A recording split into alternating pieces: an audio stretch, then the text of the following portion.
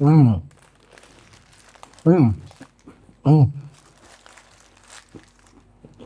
hum, hum, hum, hum, hum, hum, hum, hum, hum, hum. Attends, on ne me dit pas que toi aussi, tu connais pas l'histoire de la cérémonie du bois caïman. Allez, viens, je te l'explique. Il faut te dire que la cérémonie du bois caïman qui a eu lieu dans la nuit du 14 août 1791 devrait être considérée comme étant l'un des éléments le plus importants dans l'aboutissement de la lutte de la révolution haïtienne. Pour comprendre cela, il faut remonter un peu plus tard dans l'histoire. En 1789, la Révolution française, la colonie de Saint-Domingue prospère à cette époque. La colonie, le vent de la liberté soufflait en Europe. On parlait de droits de l'homme à cette période-là. Cependant, les colonies qui étaient un moteur de richesse pour la France, notamment Saint-Domingue, Haïti, à l'époque, représentait un quart de la production du sucre mondial à l'époque. Donc, c'était une machine à ramener du fric en France. Ils en avaient environ 35 000 blancs qui exploitaient plus de 500 000 esclaves.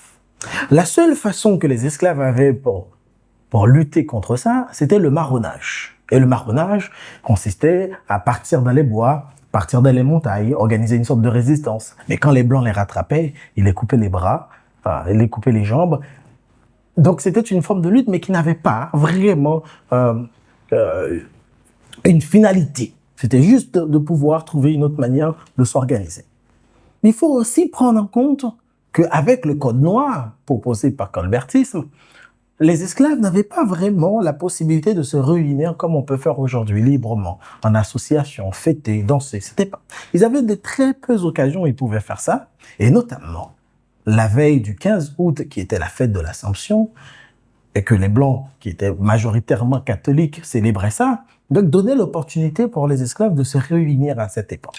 Voilà pourquoi, dans la nuit du 14 août, on va organiser cette grande cérémonie secrète.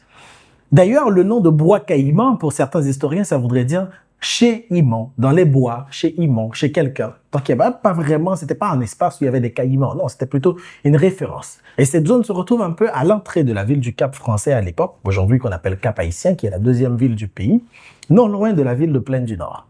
C'est à cet endroit-là qu'ils se sont réunis cette nuit du 14 août 1791.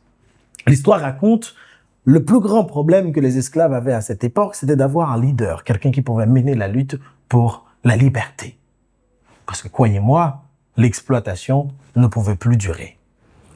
C'est alors que dans cette cérémonie, une cérémonie où d'ailleurs on explique la présence de Toussaint Louverture à l'époque, eh bien c'est dans cette nuit-là qu'un homme venant de la Jamaïque, qui s'appelle Boukman Durti. Durti, c'est le nom de son propriétaire sûrement, mais Boukman, c'est parce qu'il avait toujours un livre avec lui. Bon, certains disent que c'était un Coran, mais mon père, lui, il dit que c'était le Tchala pour regarder la loterie de New York. Chacun sa version. On n'est pas là pour ça.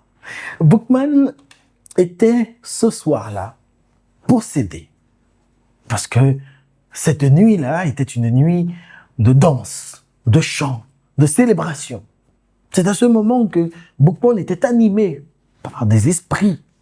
Les dieux d'Afrique descendaient cette nuit-là, parce qu'il était animé, il faisait un discours qui faisait prendre confiance à tous les esclaves ce soir-là.